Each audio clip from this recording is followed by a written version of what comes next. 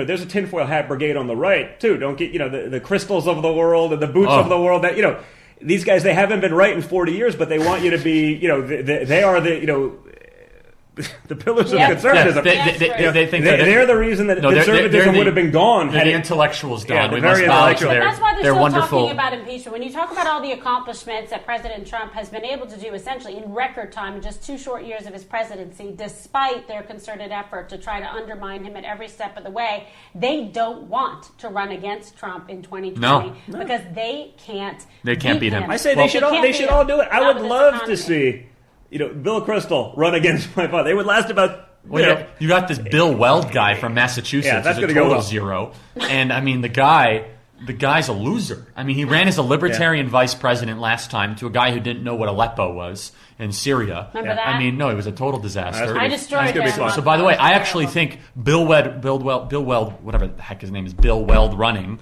is actually going to help Trump. It's going to be like, wait, this is the Republican Party. That's the alternative. It's going to fasten up his support. Well, and it's kind of an annoyance in some way. This is me talking, and I think it's my own way of looking at it. But for the impeachment question, it's unbelievable, Kim. And by the way, there's only been 2 presidents ever that have been impeached. No one has ever been removed from office because of impeachment. Only Bill Clinton and Andrew Johnson were impeached. And Bill Clinton actually did better after impeachment. And so if this is really their big grand scheme, of course, I don't hope it happens. You don't want it on the resume. You don't want it as a talking point. For what, though? I mean, I actually asked somebody on Fox, I said, what did he do? Oh, it's on the report. Tell me what's in the report. Show me. Because I must have missed it. Oh, obstruction. Well, but that's what are you talking about? He tweeted? Even the talking You're going to impeach a president because he tweeted?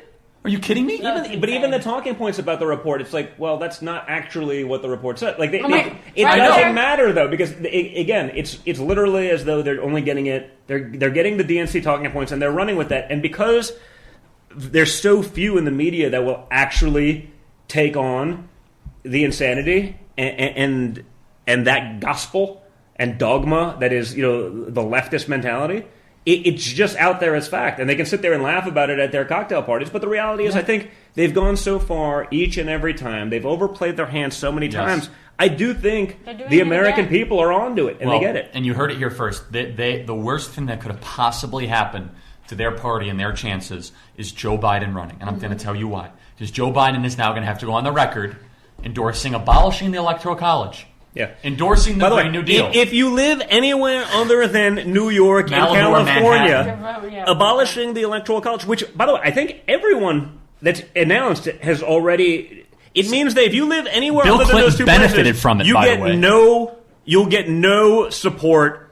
You're going to let people and probably all the like people 5 who are, cities. All the dead people that are voting in those. They're going to have Chicago. more say than a hardworking farmer in Iowa.